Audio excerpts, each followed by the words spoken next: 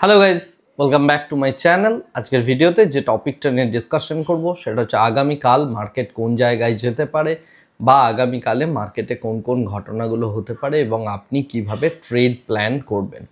তো প্রথম কথা হচ্ছে আগামীকালের মার্কেটের জন্য যে জিনিসটা ইম্পর্ট্যান্ট সেটা হচ্ছে যে আমাদের গত সপ্তাহের অর্থাৎ লাস্ট ফ্রাইডে আমাদের মার্কেট ক্লোজ হয়ে যাওয়ার পর জিডিপির ডেটা এসছে আমাদের দেশের, সেটা হচ্ছে 7.4%, যেটা অনেকটা ভালো এবং এই ভালোর দিকটা কিন্তু মার্কেটে আগামীকাল ফ্যাক্টার্ড হতে পারে। সুতরাং কালকের ওপেনিংটা হচ্ছে ভীষণ ভাইটাল।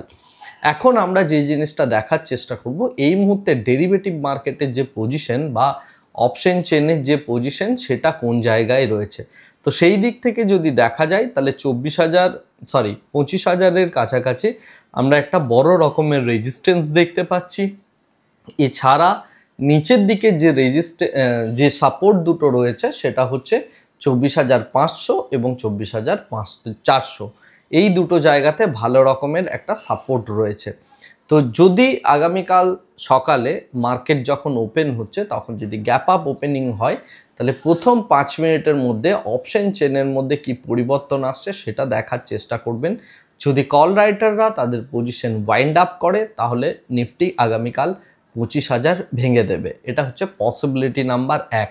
সুতরাং এই বিষয়টা আপনি কনফার্ম করবেন কিভাবে? এই বিষয়টা আপনি কনফার্ম করবেন আগামীকাল সকালে 9:15-তে মার্কেটের মধ্যে গ্যাপ আপ ওপেনিং হচ্ছে কিনা এবং তার সাথে সাথে প্রথম 5 মিনিটের মধ্যে 25,000-এর কাছাকাছি জায়গায় যে কল রাইটাররা আছে তারা নিজেদের পজিশন ওয়াইন্ড আপ করছে কিনা। এই বিষয়টা যদি হয় তাহলে আপনি কিন্তু এখান থেকে একটা বুলিশ মোমেন্টাম দেখতে পেতে পারেন এবং এই বুলিশ মোমেন্টামটা মানে চলতে পারে পুরো থ্রু আউট দ্য উইক, পুরোটাই কিন্তু চলতে পারে এবং 24,500 হচ্ছে 25,500 হচ্ছে নেক্সট লেভেল। এটা ডিপেন্ড করছে আগামীকাল সকালের মার্কেটের ওপেনিং এবং প্রথম 5 মিনিটে অপশন চেনের ওপর কি ইম্প্যাক্ট পড়ছে তার উপর। যদি আগামীকাল গ্যাপ আপ ওপেনিং না হয়, প্রথম 5 মিনিটের মধ্যে যদি কল রাইটাররা না এক্সিট করে, মার্কেটের মধ্যে যদি ফ্ল্যাট ওপেনিং হয় তাহলে যে প্ল্যানিংটা করবেন এই জোনটাই কিন্তু একটা স্ট্রং রেজিস্ট্যান্স জোন হিসাবে পরিগণিত হবে। সুতরাং 25,000-এ স্ট্রং রেজিস্ট্যান্স এবং নিচের দিকে 24,500-র কাছাকাছি জায়গায় স্ট্রং সাপোর্ট।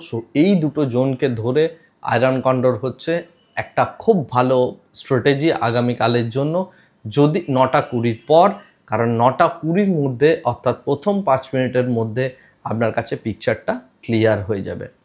এই সপ্তাহের জন্য সবথেকে ভাইটাল যে ডেটাটা আসতে চলেছে সেটা হচ্ছে 6 তারিখ অর্থাৎ ফ্রাইডে, শুক্রবার, আগামী শুক্রবার। সেদিন আরবিআইয়ের মনিটারি পলিসির ডিসাইড করার দিন, অর্থাৎ এমপিসি যে কমিটি আছে আরবিআইয়ের, সেই এমপিসি কমিটি আমাদের ফার্দার রেট কাট হবে কিনা সেই বিষয়ে আমাদেরকে জানাবেন এবং এটা পুরোপুরিভাবে একটা অ্যানাউন্সমেন্ট হবে, সেটা হচ্ছে আগামী 6 তারিখ অর্থাৎ 6ই জুন। বাট আমরা যে জিনিসটা এই মুহূর্তে মার্কেট যে জিনিসটা এক্সপেক্ট করছে সেটা হচ্ছে 25 বেসিস পয়েন্ট বা 0.25%-এর কাছাকাছি থার্ড টাইম আরবিআই রেট কাট করতে চলেছে, এটা মার্কেটের এক্সপেকটেশন। যদি এই এক্সপেকটেশন ফুলফিল হয়, জিডিপি ডেটা খুব ভালো এসছে এবং এই মুহূর্তে আরবিআই গভর্নরের যেটা প্রচেষ্টা সেটা হচ্ছে 4%-এর কাছাকাছি আমাদের ইনফ্লেশন রেটকে মেনটেন করা। যেহেতু ইনফ্লেশন রেট 4%-এ রয়েছে, সুতরাং এখানে এগ্রেসিভ হয়ে আরবিআই যদি রেট কাট করে, আমাদের মার্কেট যদি কোনো গ্লোবাল প্রেশার না আসে তাহলে এই জায়গা থেকে আমাদের মার্কেট যথেষ্ট ভালো বুলিশ হতে পারে এবং 25,500, 25,750 অবধি যাওয়ারও ক্ষমতা রাখে এই মাসের মধ্যে। পুরোটাই ডিপেন্ড করছে আরবিআইয়ের ওপর এবং তার সাথে সাথে গ্লোবালি কি প্রেশার আসছে না আসছে সেই বিষয়টাই। যখন গ্লোবাল প্রেশারের কথা উঠলো তখন দুটো জিনিস একটু ইম্পর্টেন্ট জিনিস বলে নেওয়া ভালো।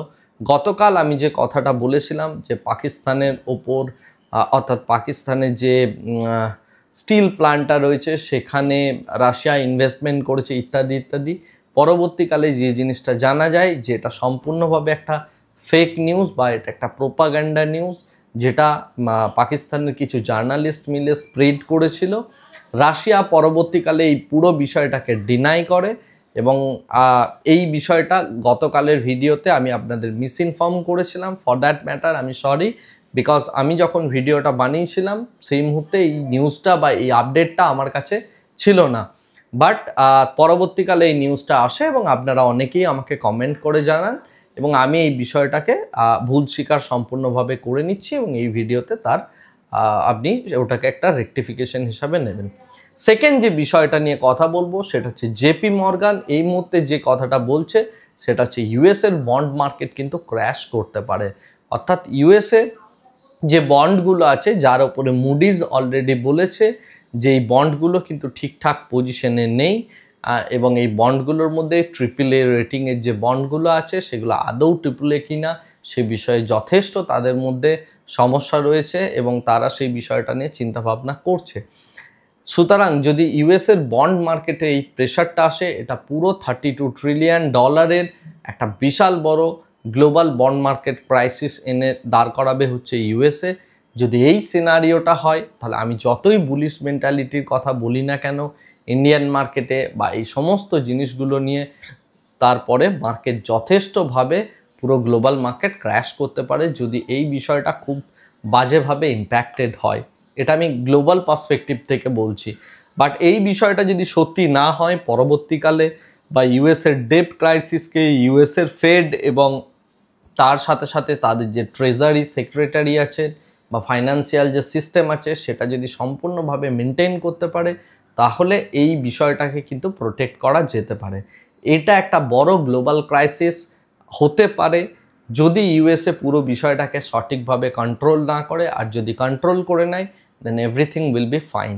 তো এই মুহূর্তে আমাদের মার্কেটের জন্য ইউএসের এই যে ডেট ক্রাইসিসের কথা বললাম এই বিষয়টা একটা প্রবলেমেটিক জায়গায় রয়েছে গ্লোবাল পার্সপেক্টিভ থেকে। বাট আমাদের মার্কেটে ব্যাক টু ব্যাক যে নিউজগুলো আসছে সমস্ত বিষয়টা কিন্তু ইকোনমিকে হেলদি করার জন্য যথেষ্ট ভালো একটা জায়গায় যাচ্ছে। হোয়ারাস আমরা যে জিনিসটা দেখলাম অনেক ভালো ভালো কোম্পানিজ রয়েছে যারা খুব ভালো কোয়ার্টারলি গ্রোথ দিয়েছে। সুতরাং ইন্ডিয়ান কোম্পানির মধ্যে যে গ্রোথ স্টোরিটা সেটা পর থেকে ইন্ট্যাক্ট থাকবে বলেই এক্সপেক্ট করা হচ্ছে। একমাত্র গলায় কাঁটা হচ্ছে এই এক্সটার্নাল ফোর্সেসের থেকে যে নেগেটিভিটিটা আসছে সেটা। এটা ছাড়া এই মুহূর্তে ইন্ডিয়ান মার্কেটে বড় কোনো রকম প্রবলেমস নেই। বাট এই এক্সটার্নাল ফোর্সেস থেকে বা গ্লোবাল ফোর্সেস থেকে যদি কোনো প্রবলেম এসে থাকে সেটাই একমাত্র আমাদের এখানে প্রবলেমেটিক সিচুয়েশনস হয়ে দাঁড়াবে। সুতরাং আগামীকালের মার্কেটের জন্য যে কথাটা বলবো লেভেলগুলো একটু মনে রাখবেন এবং প্রথম 5 মিনিটটা দেখে আপনার বেট প্লেস করবেন। যদি এই দুটো ইভেন্ট না হয় অর্থাৎ গ্যাপ আপ ওপেনিং যদি না হয় বা যদি ফার্স্ট 5 মিনিটে বড় র্যালি যদি না হয় বা আমরা যদি কল রাইটারদের সরে যেতে না দেখি তাহলে পুরো বিষয়টা কিন্তু নন ডিরেকশনাল স্টেটে থাকার একটা বড় পসিবিলিটি রয়েছে। এখানে যে জিনিসটা বলার সেটা হচ্ছে এফআইআই লাস্ট ফ্রাইডে কিন্তু ভালো রকম 30,000 কোটি টাকার কাছাকাছি বা সম্ভবত 23,000 কোটি টাকার কাছাকাছি অপশন বাইং করেছে ইন্ডেক্সে এবং ইন্ডেক্সে তারা ফিউচারে 1000 কোটি টাকার কাছাকাছি শর্ট পজিশনে আছে। তো এটা হচ্ছে এফআইআই এর পজিশন। এই পজিশন অপশন চেন এবং 5 মিনিটের যে গেমটার কথা বললাম সেটাকে মেনটেন করে আগামীকাল সকালে আপনি আপনার পজিশন বিল্ড করতে পারেন। আমার ভিউটা স্লাইটলি বুলিশ টু নিউট্রাল থাকবে। আমি বিয়ারিশ এই মুহূর্তে এক্সপেক্ট করছি না। বাট যদি কোনো রকম ডেটার মধ্যে পরিবর্তন আসে বা আমি যদি এইটা দেখতে পাই যে 24,000-এর কাছে চরম লেভেলের কল রাইটিং বাড়ছে বা চরম লেভেলের আমি যদি দেখতে পাই 24,500-র কাছে কল রাইটিং বাড়ছে তাহলে আমার ভিউটাকে আমি অবশ্যই চেঞ্জ করব এবং এই বিষয়গুলো নিয়ে আমি আগামী দিনে আপডেট দিতে থাকবো। এই মুহূর্তে আমার ভিউ হচ্ছে নিউট্রাল টু বুলিশ। ওকে, আজকের ভিডিওটা এখানেই শেষ করলাম। Thank you very much, bye bye, tata.